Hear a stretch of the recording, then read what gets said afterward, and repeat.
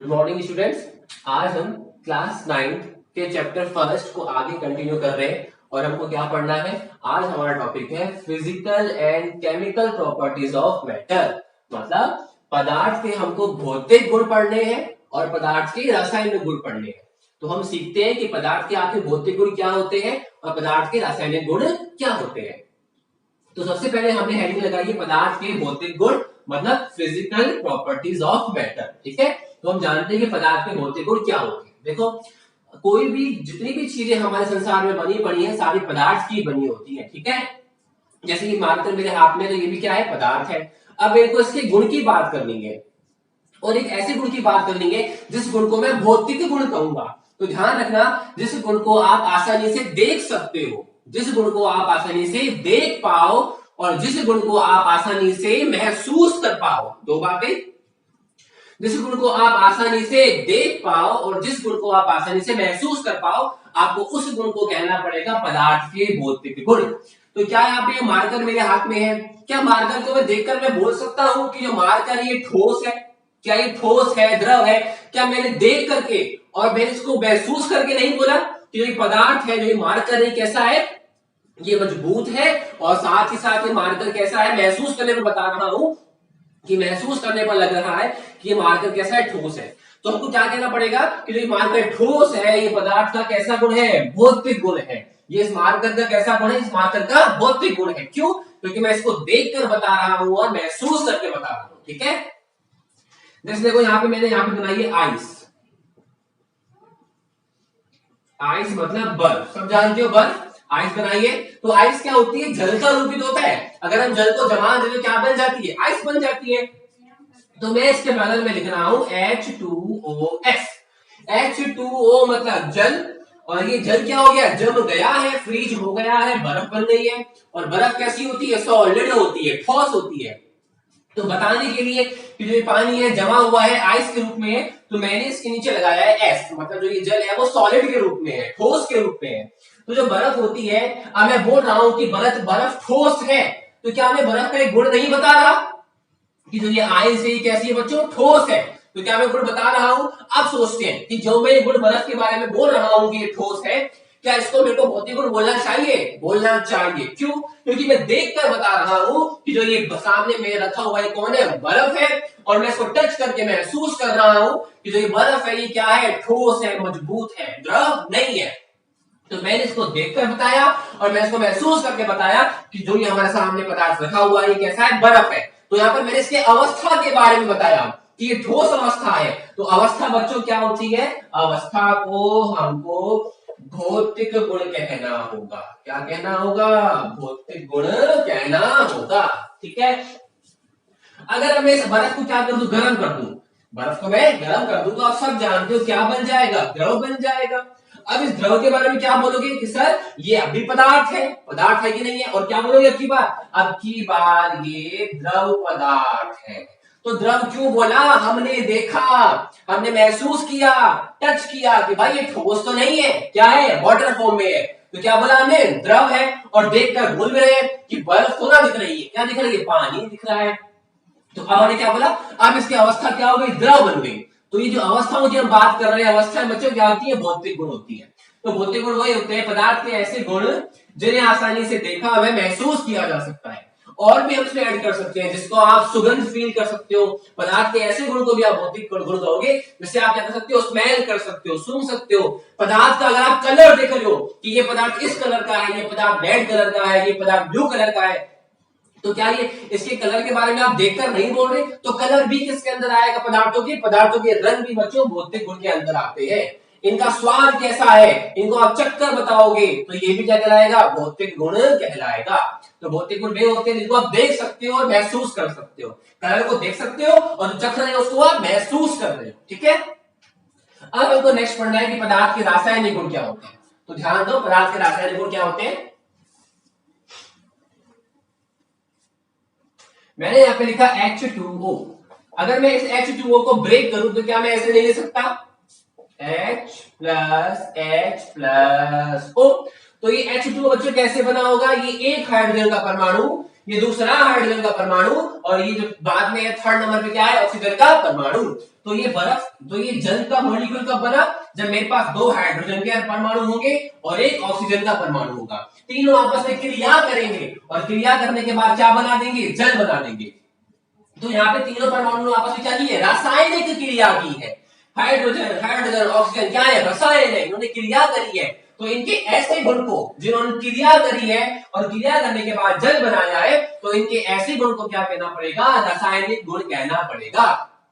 और ये बात बताओ, जब ये HHO आपस में क्रिया कर रहे होंगे, अगर तुम एक टेस्ट ट्यूब लो, उसमें आप हाइड्रोजन को डालो, उसमें आप ऑक्सीजन को डालो, उनकी रिएक्शन कराओ, तो रिएक्शन करने के बाद बनता है जल। तो क्या हमको दिख रहा होता है कि ऐसे हाइड्रोजन आ रहा है, यहाँ से एक और हाइड्रोजन आ रहा है, दोनों टेस्ट ट्यूब के अंदर मिल रहे हैं, क्या हमको दिखता है, क्या नहीं दिखता। महसूस भी होता है, क्या नहीं होता, बस कुछ देर बाद हमको दिख जाता है कि पानी बन गया। जो पदार्थ के रासायनिक गुण बच्चों हमको देखते नहीं है, हम उसे देख नहीं सकते, उसे महसूस नहीं कर सकते, बस रसायनों के अंदर होने वाली, रसायनों के साथ होने वाली क्रिया को, गुण को ही क्या कहा जाता है, रासायनिक गुण कहा जाता है। तो ये दो बातें थी पदार्थों की, क्या, रासायनिक गुण की और भौतिक गुण की। ठीक है, अब हम यहाँ पे आपको एक क्वेश्चन कराते हैं, जरा बड़े ध्यान से इस क्वेश्चन को देखना।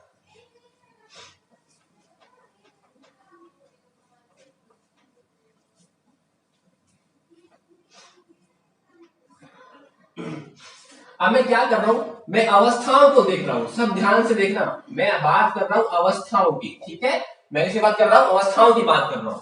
यहां पे मैंने लिखा आइस, यहां पे मैंने लिखा आइस। तो बताइए आइस कैसे अवस्था होती है, सॉलिड होती है ना। जो बर्फ होती है वो कैसी होती है, ठोस होती है। ठीक है, मैंने इसको दी हीट, मैंने किया इसको गर्म, तो आइस को गर्म करने पर क्या बनेगा, जल बनेगा, वाटर बनेगा। तो यहाँ पे क्या बन गया, वाटर बन गया। ठीक है, मतलब लिक्विड बन गया। चलो, फिर मैंने लिक्विड को भी क्या किया, गर्म किया, इसको भी मैंने क्या दी, हीट दी, तो क्या बन गया, वेपर बन गया, वाष्प बन गई। जल को गर्म करने पर क्या वाष्प बनती है, वाष्प बनती है, जिसको अपन गैस भी बोल सकते हैं। क्या बोल सकते हैं, गैस।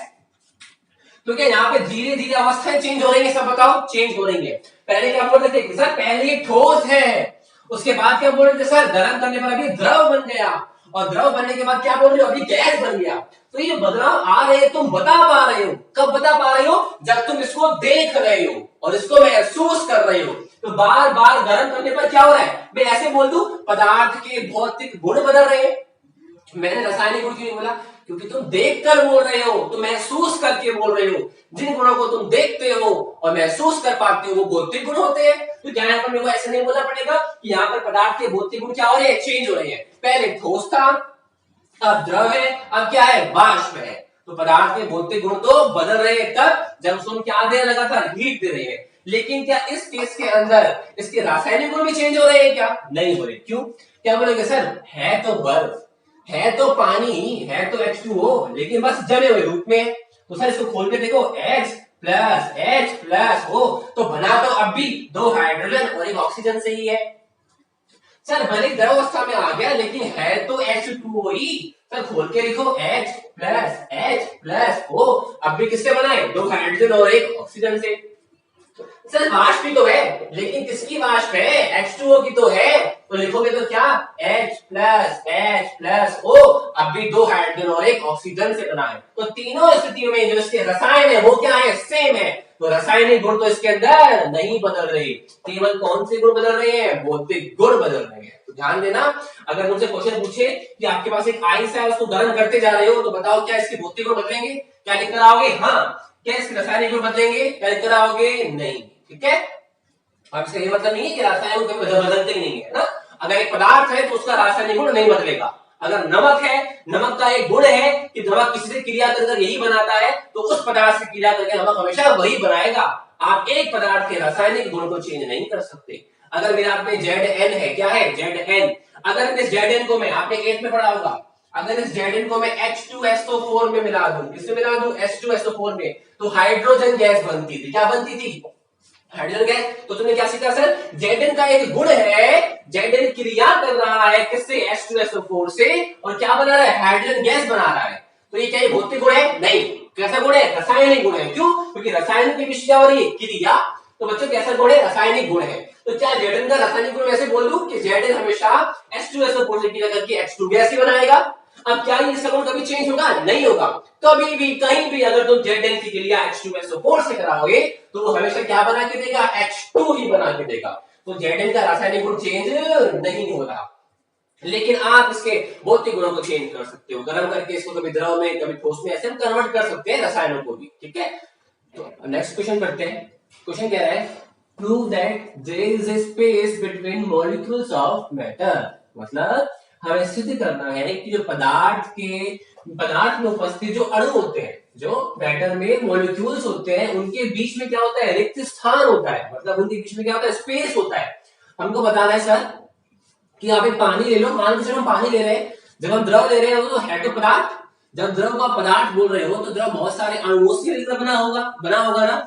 और आपको याद होगा जो हमने पहले पीछे भी प्रॉपर्टीज पढ़ी है मैटर की, तो हमने वहां पे लिखा था कि पदार्थों के अणुओं के मध्य रिक्त स्थान पाया जाता है। तो हमको यहाँ पर वही प्रूफ करना है, यही सिद्ध करना है कि आप सिद्ध करके बताओ जो आपने बात बोली थी कि पदार्थ के अणुओं के मध्य रिक्त स्थान मिलता है, तो आपको प्रूफ करके बताना है कि वाकई में इनके मध्य स्पेस रिक्त स्थान होता है, इनके मध्य पदार्थ के अणुओं के मध्य। तो देखो करते हैं। ठीक है, अब एक बात को बहुत ही आराम समझना, मैंने यहाँ पे एक बुक ली है। क्या ली है? बुक। ठीक है, अगर मैं इस बुक के ऊपर एक और बुक रखूं, मान लो मैं एक बुक लाया, अब मैं क्या कर रहा हूं? इस बुक के ऊपर एक और बुक को रख रहा हूं। तो जैसे ही मैंने इस बुक के ऊपर दूसरी बुक को रखा तो आप देख रहे हो कि क्या हो गया? पहले बुक इतना क्षेत्रफल गिर रही थी, इतना एरिया कवर कर रही थी, लेकिन बुक को रखने के बाद क्या एरिया बढ़ नहीं गया? क्या ये हाइट डिस्टेंस बढ़ नहीं गई? बढ़ी ना। क्यों बढ़ी? क्योंकि मैंने एक पदार्थ के ऊपर क्या रखा? दूसरे पदार्थ को रख दिया, तो यहाँ तो डिस्टेंस बढ़ गई। लेकिन अब मैं क्या कर रहा हूं? मैं यहाँ पर एक क्या ले रहा हूं? यहाँ पर मैं एक पात्र ले रहा हूं। क्या ले रहा हूं? पात्र ले रहा हूं, कंटेनर ले रहा हूं। इसके अंदर मैंने क्या भर रखा है? वाटर भर रखा है, पानी भर रखा है। जब मैंने इसके अंदर बहुत सारा पानी भर रखा है तो मैं ऐसे बोल दूं कि पानी पदार्थ है, पदार्थ है। तुम क्या बोलोगे? सर आपने जो पदार्थ भर रखा है ना इसके अंदर पानी वाला, ये इसके अंदर ना बहुत सारे छोटे छोटे कण होंगे। मैंने पूछा क्यों? तुमने बोला सर आपने तो बताया था कि पदार्थ क्या होता है? छोटे छोटे कणों से मिलकर बना होता है। तो ये द्रव पदार्थ है, तो ये भी बहुत सारे छोटे छोटे कणों से मिलकर बना होगा। तो मैं बोलता हूं कि इसके अंदर बहुत सारे क्या है? छोटे छोटे कण है। ठीक है, अब एक बात देखो, अब मैं क्या कर रहा हूं? मैं यहां से क्या कर रहा हूं? एक चम्मच, एक स्पून नमक को उठा रहा हूं। इसको उठा रहा हूं नमक को, और मैं सीधा जो सॉल्ट होता है इसके अंदर मैंने डाल दिया। फिर मैं एक स्पून और लाया, मैंने नमक को भरा और मैंने क्या किया? उस स्पून को भी क्या कर दिया? मैंने इस पानी के अंदर डाल दिया। ऐसे करके मैंने 3-4 स्पून क्या करे? नमक के, सॉल्ट के, इस पानी के अंदर डाल दिए। मतलब मैं एक पदार्थ में दूसरा पदार्थ नमक को मिला रहा हूं। तो इसके अकॉर्डिंग जब एक पदार्थ के ऊपर दूसरा पदार्थ रख रहे थे तो एरिया नहीं बढ़ रहा था। ऐसे ही जब मैं पानी के अंदर चम्मच से नमक को डालता जा रहा हूं तो इस पानी का एरिया भी ऊपर इंक्रीज होना चाहिए। जो ये पानी यहाँ तक फिल हुआ पड़ा है, अब वो पहुंच कर यहाँ तक फिल हो जाना चाहिए, या फिर यहाँ तक फिल हो जाना चाहिए। बोलो हाँ कि ना। लेकिन मैं क्या लिख रहा हूँ कि पानी की लेंथ, पानी की हाइट बढ़ ही नहीं रही। मैंने 5 चम्मच डाल दिए, मैंने 6 चम्मच डाल दिए, वो सारा का सारा नमक पानी में जा रहा है, पानी में घुल जा रहा है, और पानी की हाइट भी नहीं बढ़ रही। मतलब सिद्ध होता है कि मैं जो कोई चीज बाहर से ला रहा हूं वो इस पानी के अंदर ही समा जा रही है। अगर इस पानी के अंदर वो नहीं जाती तो क्या इसकी लेंथ बढ़ती नहीं? तो कहां गया भाई? हमने इसके अंदर नमक डाला, इसकी हाइट बढ़ी नहीं, तो नमक गया कहां? तो देखो, क्या ये पानी के मॉलिक्यूल्स है? अब यहाँ पे देखो बात आती है, जो ये पानी के बहुत सारे अणु है ना, क्या इनके मध्य आपको रिक्त स्थान दिखाई दे रहा है? तो जो नमक आ रहा है तो नमक के भी मॉलिक्यूल्स होंगे, नमक के भी अणु होंगे। तो नमक के अणु कहां पर बैठ गए हैं? इस पानी के, इस लिक्विड के, इस वाटर के जो अणुओं के मध्य रिक्त स्थान है, इस रिक्त स्थान के अंदर किसके अणु आकर बैठ गए हैं? इस रिक्त स्थान के अंदर जो हमारा नमक है, जो हमारा NaCl है, इसके अणु आकर बैठ गए। तो इसके हम क्या बोलते हैं कि भाई हमको तो जगह खाली मिल गई, हम तो इस खाली जगह पे आके बैठ गए, तो क्या इसकी लेंथ ऊपर बढ़ेगी? क्या नहीं बढ़ेगी। इसकी लेंथ कब बढ़ती? जब अंदर जगह ही नहीं होती। जब अंदर जगह ही नहीं होती तो नमक क्या बोलता कि मैं आ रहा हूं और मेरे को अंदर जगह ही नहीं मिल रही, तो नमक ऊपर ही बैठता। नमक कहां बैठता? ऊपर ही बैठता। और उस केस में जब नमक ऊपर बैठता तब तो हाइट बढ़ जाती। लेकिन अब हाइट नहीं बढ़ रही, क्यों? क्योंकि जल के अणुओं के मध्य क्या है? रिक्त स्थान है, नमक अंदर जा रहा है और उस स्थानों के अंदर बैठ गया, तो हाइट बढ़ने का सवाल होगा क्या? बिल्कुल नहीं होगा। ठीक है, लेकिन यहाँ पे हाइट क्यों बढ़ी बच्चों? यहाँ पे इसलिए हाइट बढ़ी क्योंकि यहाँ पे हम ठोस की बात कर रहे हैं। इसकी बात कर रहे हैं, ठोस की बात कर रहे हैं, तो यहाँ पे जो मॉलिक्यूल्स है वो एक दूसरे के अंदर नहीं मिल सकते। नमक तो मिल सकता है, लेकिन ये बुक है, क्या बुक के मॉलिक्यूल्स दूसरे बुक के मॉलिक्यूल्स में जा सकते हैं क्या? नहीं। क्यों? क्योंकि एक ठोस है, और आप जानते हो कि ठोस परमाणु के अंदर, ठोस के अपराध के अंदर जो अणु होते हैं वो बहुत बहुत बहुत बहुत पास पास होते हैं। तो इस बुक के अंदर जो उसके अणु है वो क्या है? बहुत पास पास है, बहुत पास पास है, तो इनके बीच में स्थान क्या है? ज्यादा नहीं है, तो जो दूसरी बुक है वो इसको कवर नहीं कर पाती। इस केस में तो क्या हो रहा है? ऊपर क्या हो रहा है? हाइट बढ़ रही है। लेकिन जब हम लिक्विड की बात करते हैं तो उसमें क्या होते हैं? अणु थोड़े दूर दूर होते हैं, तो नमक के अणु इसके जो अंदर बैठे रिक्त स्थान इसको फिल कर रहे और हाइट नहीं बढ़ रही। तो इन शॉर्ट इससे हमको सिद्ध तो हुआ ना कि पदार्थ के अणु के मध्य क्या होता है? रिक्त स्थान पाया जाता है। तो हमने प्रूव कर दिया कि पदार्थ के अणुओं के मध्य रिक्त पाया जाता है। तो आज के लिए इतना बहुत, बाकी पढ़ेंगे नेक्स्ट वीडियो में। Thank you.